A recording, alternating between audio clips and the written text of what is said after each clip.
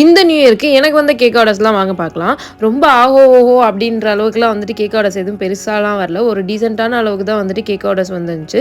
So அதெல்லாம் என்னென்ன cake ஆர்டர்ஸ்ன்னு பார்க்கலாம். என்னால வந்துட்டு ஃபுல்லா வந்துட்டு வீடியோ எடுக்க முடியல. கொஞ்சம் கொஞ்சம் வந்துட்டு எனக்கு டைம் இருக்கப்ப அப்பப்போ வந்து ஃப்ரிட்ஜுக்குள்ள வந்து எடுத்துட்டு போனேன். அந்த வீடியோஸ் மட்டும் தான் என்கிட்ட இருந்துச்சு.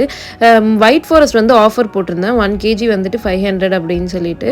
ஸோ அந்த கேக்லாம் வந்துட்டு கொஞ்சம் நெறையாவே இருந்துச்சு. அது இல்லாம ரசமலாய், கொஞ்சம் கஸ்டமைஸ்டு கேக்கு, இது இல்லாம பர்த்டே கேக்ஸும் வந்து நெறையாவே வந்துருந்துச்சு. ஸோ அதுவும் வந்துட்டு சைட் பை சைடு வந்து ரெடி பண்ணிட்டே இருந்தேன்.